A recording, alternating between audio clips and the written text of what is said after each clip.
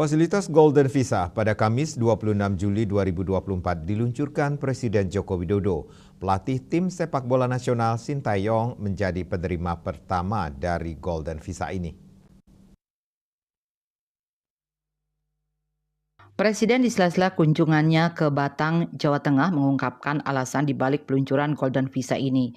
Ia menilai Indonesia bisa tertinggal dalam hal kecepatan menggait investor ke dalam negeri jika fasilitas Golden Visa tidak segera dilakukan. Presiden Jokowi dikutip dari kantor berita Antara mengutarakan fasilitas Golden Visa memberikan izin tinggal selama 5-10 tahun untuk investor dan pebisnis internasional, talenta global, serta wisatawan mancanegara yang memenuhi kriteria.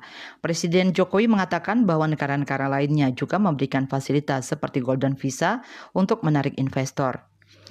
Dalam kesempatan sebelumnya, Presiden Jokowi mengatakan pemerintah telah memberikan kesempatan kepada WNA perorangan yang ingin mendapat Golden Visa untuk menabung dana investasi sebesar $350.000 Amerika Serikat dan mendapatkan izin tinggal selama 5 tahun.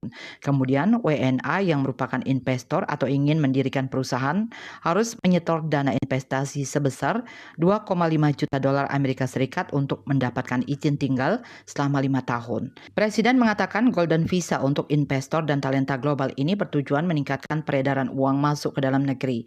Presiden pun mengakui tidak menetapkan target untuk Ditjen Imigrasi, Kementerian Hukum dan HAM.